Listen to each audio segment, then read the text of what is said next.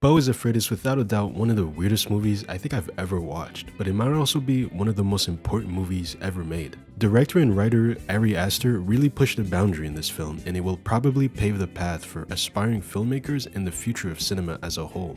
Martin Scorsese even gave him the seal of approval by calling him one of the most extraordinary new voices in cinema. This movie doesn't even fit into one single category. It isn't just a psychological horror, it isn't just a comedy, and it isn't just a drama. So what is it exactly? I'll start by giving my review of the movie itself and then stick around till the end because I'll explain how this movie breaks the mold and why it is so important.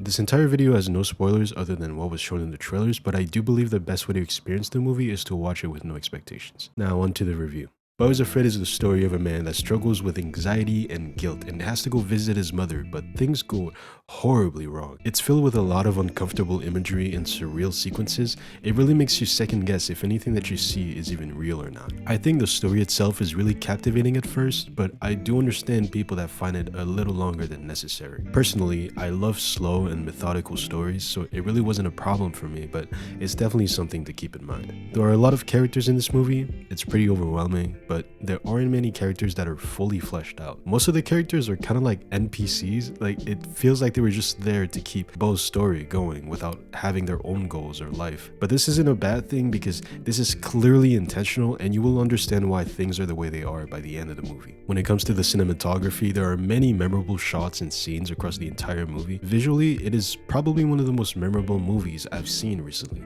There's this particular scene where everything is made out of cardboard and everything has this pastel color palette. I've never seen anything like this before, so I don't really know how to describe it.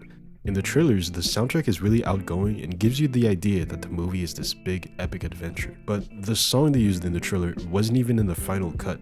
The movie itself was way more slow and creepy, and the music definitely reflected that. If you listen to the soundtrack, you'll see what I mean. Most of the songs have a slow build-up to this sinister and creepy sound.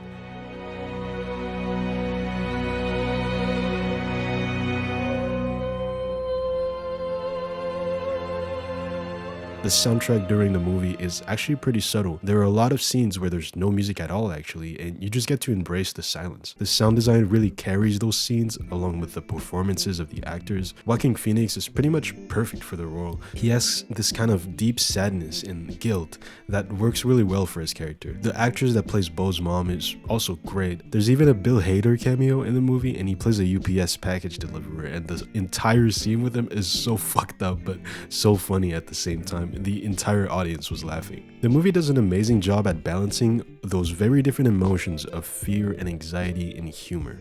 That's why I said earlier that it really doesn't fit into one single category. It's this mix of a bunch of different genres and it is really unique. I'd say the second half of the movie struggles a bit with the pacing. It can definitely feel like some scenes are a little dragged out. One thing I noticed though is that for the first hour of the movie, I was trying so hard to figure the movie out. Like it's this kind of puzzle that I need to understand in order to enjoy the movie and comprehend the theme and the messages of the movie. But the thing is that I was looking way too deep into it. There are definitely a lot of complicated themes and symbols, don't get me wrong, but even Ari Aster himself said in an interview that giving into the movie and letting yourself experience it as it is the best way to watch it. That's the way to watch it, is just to hopefully just open yourself up to whatever, because it changes a lot too. Some of the themes of the movie are a lot about mommy issues and dealing with the death of a loved one. That seems to be a common theme in this guy's movies. Don't you swear at me, you little shit! Don't you ever raise your voice at me! I am your mother!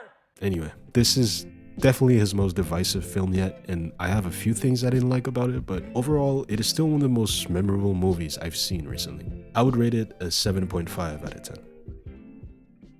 This movie manages to juggle a lot of different genres, which gives the movie a really unpredictable and wild feeling. It's always interesting when a movie is able to change drastically in tone at a moment's notice like this, and this movie really benefits from it. The movie switches genres a lot and it really makes the surrealism and dreamlike sequences that much better.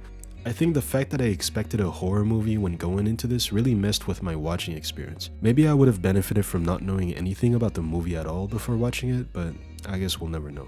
Describing this movie is so hard because it doesn't really fit into the preconceived categories that we know about. When you look up Beau Is Afraid on Google, in the categories section, it's listed as a horror/comedy movie. Just off the top of my head, I think it could also be categorized as a bunch of other genres, like a thriller, a drama, a mystery, an adventure, or even a romance, but you can't possibly put all those labels on a movie.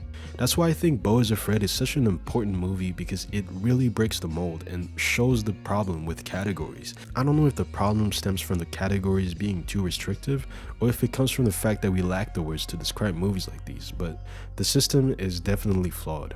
Another reason why I think this movie is so important is that it proves that giving creative freedom to filmmakers leads to really unique and original films like these. This is becoming more of a trend in the industry recently, and I'm all for it, man.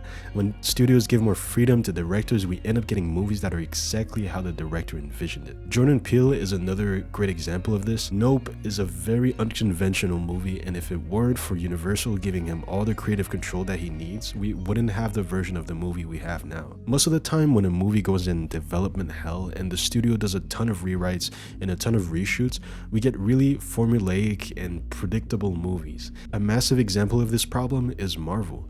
Throughout the entire MCU, they've worked with countless really talented filmmakers, but because of the Marvel Studios pipeline, a lot of directors lose their styles in the final cut. So even though they get Oscar nominated or even Oscar winning filmmakers, every movie has that same mediocre feel to them. There's a clear lack of diversity in style because they're trying to keep the entire universe connected. But yeah, giving directors more freedom definitely comes with a risk, but I think in some cases it can be really worth it. I didn't really talk about the review score, but they were really divisive. If you'd like to know more about Rotten Tomatoes or reviews as a whole, you should watch my review on the Super Mario Bros. Movie, where I explain why you shouldn't trust reviews. Anyway, see you.